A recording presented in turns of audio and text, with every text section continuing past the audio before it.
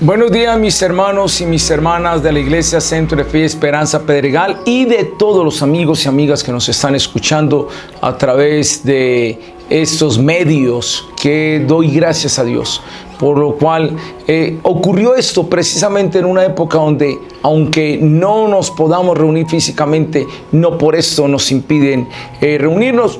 Quién sabe cuánto más durará esto. Puede ser que en algún momento ni así nos podamos reunir, pero no importa. Donde hubieran 2 o 3 reunidos en mi nombre, allí estaré yo. Dios sabe cómo hace las cosas. Mis hermanos, quiero invitarles a una reflexión.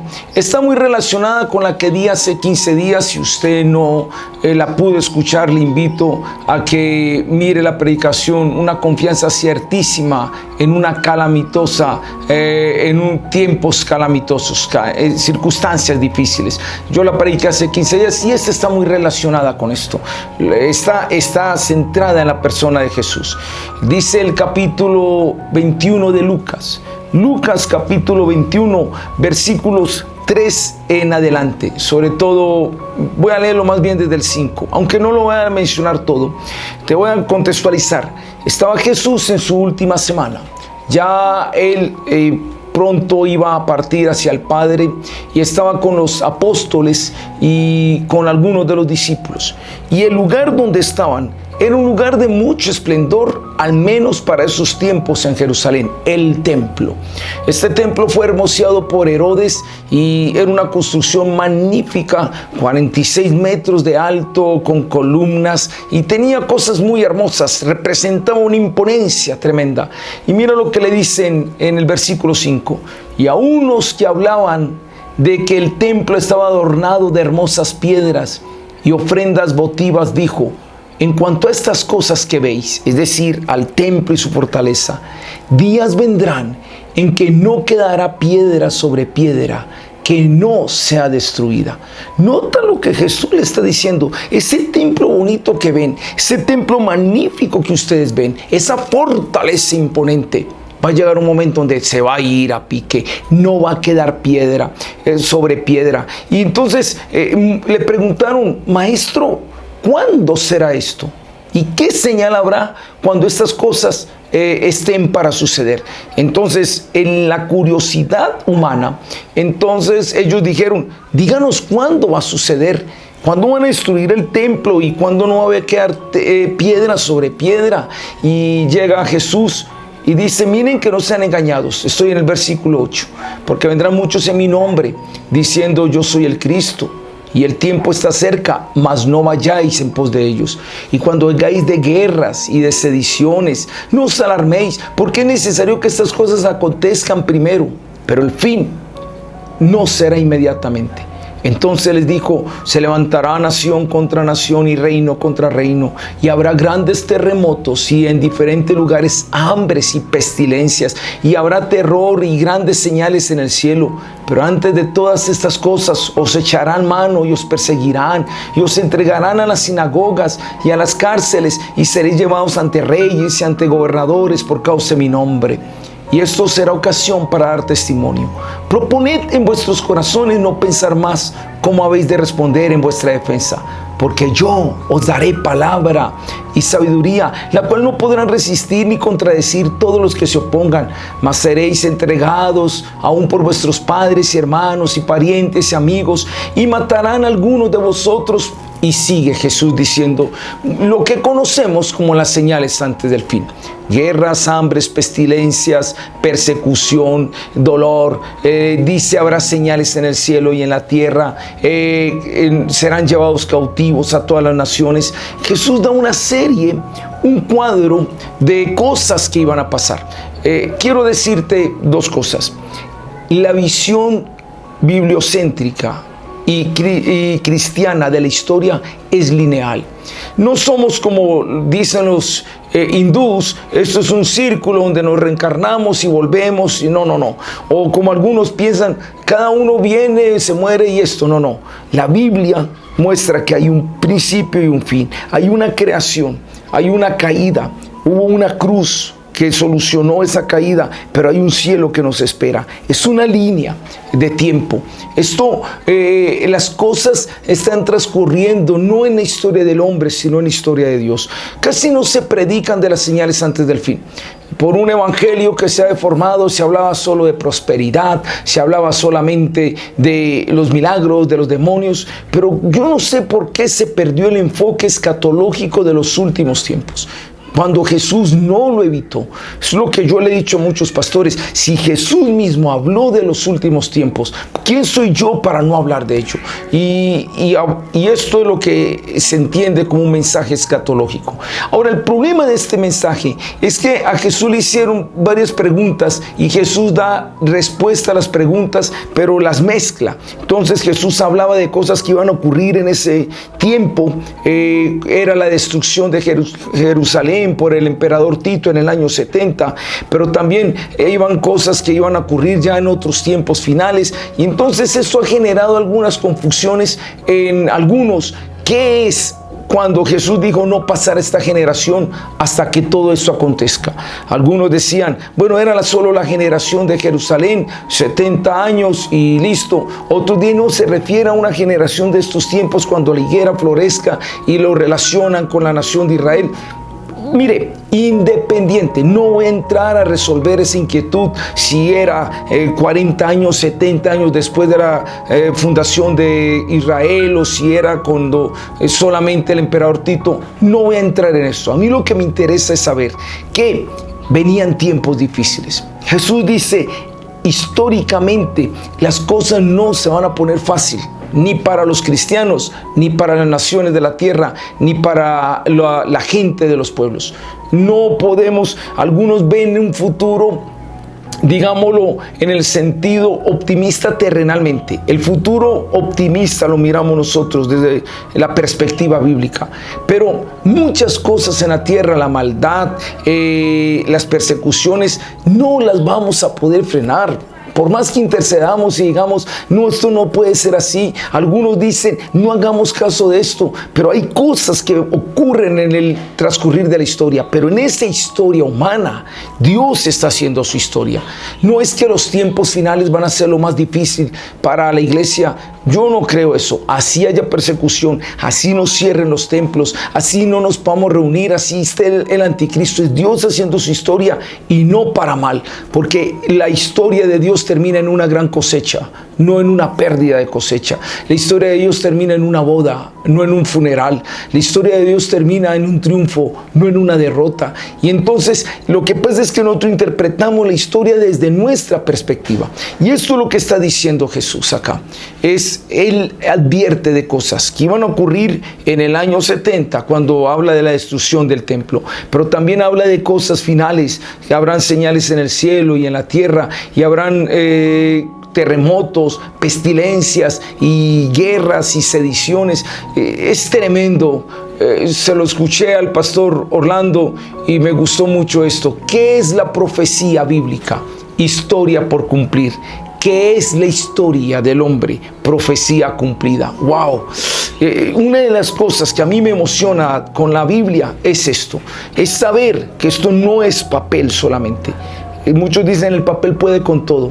No creo que esto sea solo papel. Esto es más que papel. Mira, yo era ateo, decía ser ateo, decía que Dios no existía porque no lo veía, no lo tocaba. Pero si hay algo que me convenció fue esta bendita palabra. Saber que fue escrita miles y miles de años antes. Y veo el día de hoy y veo cómo esto se cumple. Y entonces ahí yo me pude dar cuenta, wow, esto es palabra de Dios. La venida de Cristo, alguien dijo alguna vez, si se dijo que Cristo venía la primera vez y vino, es innegable su venida. Nadie puede dudar de la primera venida de Cristo. ¿Por qué voy a dudar si Cristo dijo, volveré una segunda vez? Así como fue real la primera venida y se cumplió, entonces la segunda venida también. Lo que pasa es que ya en la segunda venida no vendrá como cordero para que lo crucifiquen, vendrá como león para juzgar. Yo prefiero humillarme ante el cordero, y aceptar el sacrificio de la cruz. Que no que el león caiga sobre mí con toda su ira y su juicio. Ahora mi vida está escondida en Jesús y por eso ahora en el tiempo de la gracia debemos acogernos a Él. Entonces la historia es una historia lineal, tiene un principio, tiene un fin. Ahora la tierra sigue, cielo nuevo y tierra nueva, pero la tierra va a ser purificada en muchas cosas. Pero ¿dónde me quiero detener? ¿Qué dijo Jesús con respecto a los tiempos finales? ¿Cuál debe ser la actitud de la iglesia en tiempos tormentosos? Las 4 cosas que debe hacer la iglesia en tiempos tormentosos. Esto no es el final. Muchos lo han dicho y yo lo creo. Es solo el principio de dolores. De pronto van a venir cosas peores, pero debemos estar preparados. ¿Y cuál es la actitud de la iglesia en tiempos tormentosos? Y la primera cosa que debe hacer la iglesia, según el mismo Jesús, está en el versículo 13. Mira lo que dice Jesús. Y esto os será ocasión para dar testimonio. Oh, sí. Los tiempos difíciles no son para que nosotros nos pongamos a llorar sobre los laureles. Jesús dice, aprovechen para dar testimonio de quién soy yo en ustedes. Como prediqué hace 15 días, aunque todo se esté moviendo, que nosotros estemos quietos en Dios. Es algo lindo yo escuchar la iglesia del Señor, los hermanos. A pesar de la situación, hay paz, hay provisión, hay abundancia de palabra y hay pastoreo. Entonces yo le digo a la gente, estamos en avivamiento. El avivamiento del hombre era un templo con mucha gente y una figura famosa allí. No, es el avivamiento de Dios lo está haciendo de otra forma. Mucha gente oyendo de Dios, mucha gente escuchando la palabra. Y esto está siendo motivo para dar testimonio a la gente.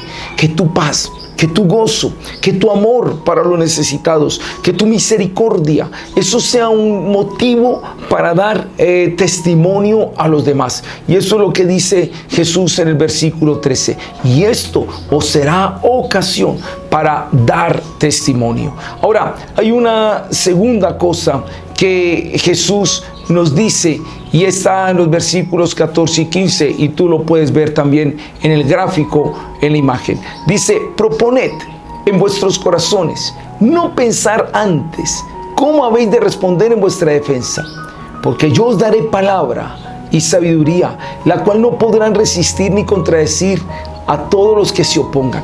Son tiempos donde no tiene la mirada en nosotros la iglesia. Que si pedimos los diezmos, que si no los pedimos, que si damos mercados, que si no damos los mercados, que si se van a reunir para difundir el virus, que si no nos vamos a ir a reunir. Somos el foco de atención en muchas cosas. Pero ¿qué es lo que Jesús dice? Propongan depender del Espíritu Santo para que dé una palabra correcta en el momento correcto. No solo el testimonio, sino también nuestra respuesta, nuestra defensa de la fe. Ahora más que nunca, el testimonio de la iglesia debe brillar. Ahora más que nunca, el testimonio de la iglesia se debe hacer notar. Ahora más que nunca nosotros los cristianos tenemos que mostrar el amor de Cristo, la sabiduría de Cristo, la respuesta de Cristo. ¿Cómo actuaría Cristo en estos tiempos? Eso es lo que dice Jesús. Primero, aprovechen la ocasión para dar testimonio. Pero segundo, propongan en vuestros corazones no pensar cómo habéis de responder, sino dejen que el Espíritu Santo pueda guiarlos, que el Espíritu Santo a través de su sabiduría, su consuelo, Él mismo nos dará palabras. El Señor a través del Espíritu nos dará palabras de sabiduría. Pero viene una tercera cosa. ¿Cuál debe ser la actitud de la iglesia en tiempos tormentosos? Bueno, está en el versículo 28. El mismo Jesús lo dijo. Dice, cuando estas cosas comiencen a suceder, erguíos y levantad vuestra cabeza, porque vuestra redención está cerca. ¡Wow! Estamos viviendo una época histórica. Yo no sé cuánto más se vaya a demorar Cristo. Ponte que se demore 100 años más. Usted dirá, 100 años, sí. Desde Pablo se está diciendo que Cristo viene y, bueno, han pasado 2000 años. No quiere decir que vayan a pasar 2000 años. Yo sospecho que estas señales son tiempos finales, pero póngale que vivamos 100 años, 200 años más, nuestras generaciones.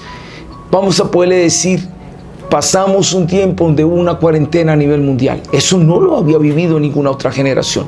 Nos tocó vivir una cuarentena mundial. Nos tocó vivir una pandemia mundial. Hubo personas que en otras épocas también vivieron sus pandemias y lograron superar esto. A Martín Lutero le tocó esto en sus tiempos. También hubo otros cristianos que vivieron la persecución en las catacumbas romanas. Algunos cristianos han vivido épocas marcadas de la historia, pues tú y yo estamos viviendo una de esas épocas, con la ventaja de que estamos más cerquita de la venida del Señor que ellos. Y eso es lo que el Señor dice. ¿Por qué asustarnos? Es que yo solo le decía a mi esposa en estos días, solo ponte a pensar, estamos en el año 2020. Si nos dicen, todo esto es para decirle que Jesucristo viene en el año 2021. No estoy diciendo que Él viene en el 2021, pero solo para ponerte un ejemplo. ¿Usted se asustaría?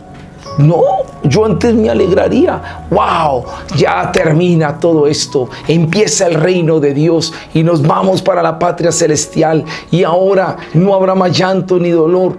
Ya solo hay un año. Cuando un atleta está corriendo y está muy cansado, pero a lo lejos ve la palabra meta, por más cansado que esté, saca fuerzas de donde no las tiene. Lo mismo pasa para nosotros. Si vemos estos tiempos, que son tiempos finales, estamos viendo la palabra meta, Cristo se acerca. Entonces, esto no es para estar asustados, deprimidos, esto no es para estar de pronto cabizbajos.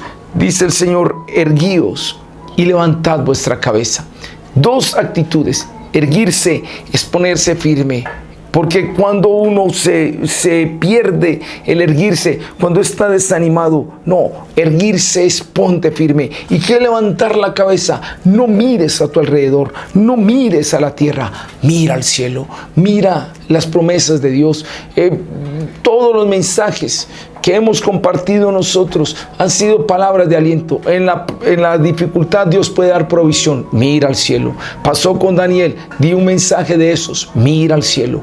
La clave es levanta la cabeza. Erguir la cabeza significa no te rindas, no te desanimes. Pon la mirada en lo que debes poner. Como hablé en una de las predicaciones, Daniel pasó 3 emperadores y 3 imperios. Pero ¿por qué Daniel pudo hacer eso?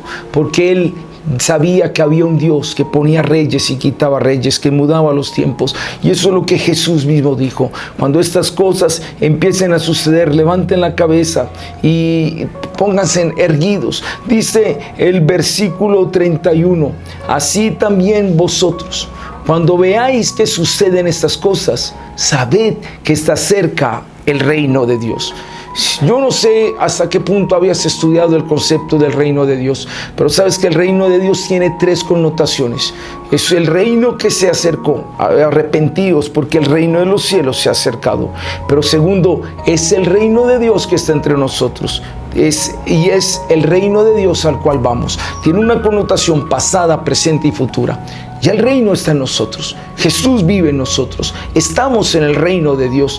Y por eso todo lo que hoy sucede es una manifestación del reino de Dios presente. Pero el reino de Dios se acercó y al reino de Dios vamos. Es importante entender esas 3 connotaciones. Pero Jesús dice, hey, cuando estas cosas sucedan, saben que el reino de Dios, es decir, la manifestación futura del reino de Dios está cerca. Ya el reino está aquí, pero ahí el reino de Dios en esa manifestación futura. Y bueno, termino con la 4ª cosa. La primera era, tomen esto como una ocasión para dar testimonio. La segunda es, dependan de la dirección del Señor y del Espíritu Santo para la defensa de su fe. La tercera es, erguid la cabeza porque la redención se acerca. Y la 4ª es, versículo 34, mirad también por vosotros mismos, que vuestros corazones no se carguen de glotonería y embriaguez y de los afanes de esta vida. Y venga de repente sobre vosotros aquel día, porque como un lazo vendrá sobre vosotros todos los que habitan sobre la faz de la tierra. Velad, pues en todo tiempo orando, que seáis tenidos dignos de escapar de todas estas cosas que vendrán y de estar en pie delante del Hijo del Hombre. Estos solo 3 versículos sería toda una enseñanza. Solo voy a decirte algunos aspectos que hay que tener en cuenta. Es interesante que el Señor dice, velen en oración en todo tiempo. ¿Para qué? Para que los corazones no estén cargados de glotonería y embriaguez. Tengo un mensaje que habla sobre la sobriedad. Y esto muestra que embriaguez no es solo el que toma licor. Embriaguez es aquel que está en una capacidad de no juicio, de discernir el bien y el mal. Eso a la luz de la palabra. Sobriedad es más que no tomar licor. Sobriedad es tener los 5 sentidos guiados por el Espíritu Santo. Sé sobrios y velad. Es no dejarnos engañar por el sistema de este mundo. Sé sobrios y velad significa estén alerta, observen los tiempos, las señales, la profecía. Eso es. Y entonces es lo que el Señor nos invita. Oren para que puedan discernir esos tiempos. Oren para que sus corazones no se carguen de glotonería, de llenarse de cosas que no debemos llenarnos y de los afanes de la vida. Como decía en la predicación hace 15 días, ahí te dejo el enlace, estamos en un Selah. Dios nos puso en una pausa mundial. Él nos quitó los afanes. En la loca carrera de este mundo nos frenó y nos dijo, para, reflexiona. Y entonces nos frenó esos afanes. ¿Para qué? Para que podamos meditar sobre muchas cosas. Dice el versículo 36, velad pues en todo tiempo, para que seáis tenidos por dignos de escapar de todas estas cosas. Aquí hay una esperanza de aliento que me dice, puede ser que aunque vengan cosas sobre el mundo, yo puedo escapar de esas cosas. Hay tantas cosas que te he dicho. Una viuda en tiempos de crisis, pero a ella no la tocó la crisis. Aunque los montes se traspasen la mar, los que están en la ciudad de Dios pueden beber del río de Dios. Es decir, si hay crisis, no con esto quiero decir que no nos van a tocar. Si nos tocan, gloria al Señor. Si no nos tocan, gloria al Señor. Tenemos que aprender a vivir en esa soberanía de Dios. No juzgar a Dios, que porque a este le pasaron las cosas y a mí no, entonces Dios con él fue bueno y conmigo es malo. No. ¿Quién es el hombre para juzgar el proceder de Dios? No, más bien es por vida o por muerte, por necesidad o por abundancia, por victoria o por persecución. El Señor es glorificado, pero la esperanza es, Él mismo dice, ore para que seamos dignos de escapar de todas estas cosas que vendrán. Pero lo más importante, y de estar en pie delante del Hijo del Hombre. Qué tremenda esta verdad. ¿De qué sirve las otras cosas? ¿De qué sirven las otras cosas si yo no puedo estar en pie delante del Hijo del Hombre? Es decir, poder dar testimonio de los tiempos finales, de que yo no caí en la tentación, no caí en la desesperación, poder dar testimonio de que yo pude ser digno de ser un hijo que Dios halló en obediencia, en paz. Encontró un hijo que recibió a Jesucristo en el corazón y que fue guiado por el Espíritu Santo. Mis hermanos, 4 cosas en estos tiempos. La primera es ocasión para dar testimonio. La segunda depende de la dirección del Espíritu Santo para la defensa de nuestra fe. La tercera, erguir la cabeza porque la redención está cerca. Y cuarto, velemos en oración en todo tiempo para que nuestros corazones no se carguen ni de glotonería ni de embriaguez y seamos tenidos por dignos de estar en pie delante del Hijo del Hombre. Mi hermano, que Dios te continúe bendiciendo. Pido que la paz de Dios esté en tu corazón. Y a ti, amigo, si estás lleno de temores, de miedos, si tú no conoces del Señor, si tú de pronto no habías leído la palabra, ese es el tiempo para que te vuelvas a Dios. Ese es el tiempo para que te pongas en paz con Dios, para que reflexiones sobre qué es tu vida para con Dios. Ese es el tiempo para que puedas estar velando y aquellas cosas que no eran correctas, quítalas de tu vida. Y yo te invito para que puedas descansar y confiar en el Señor como Él nos está invitando a confiar en Él.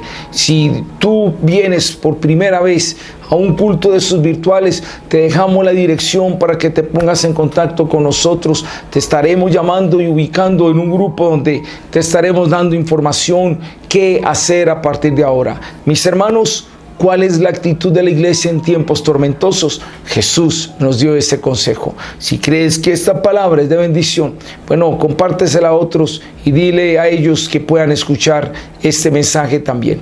Señor, yo te doy gracias y pido, Dios de los cielos, que en tiempos de tormenta, en tiempos de dificultad, que en tiempos, Señor, oh Dios, de señales antes del fin, tu iglesia pueda tener estas 4 actitudes, Señor, obedeciendo así tu palabra. Muchas gracias, Señor, en el nombre de Jesús. Amén y amén.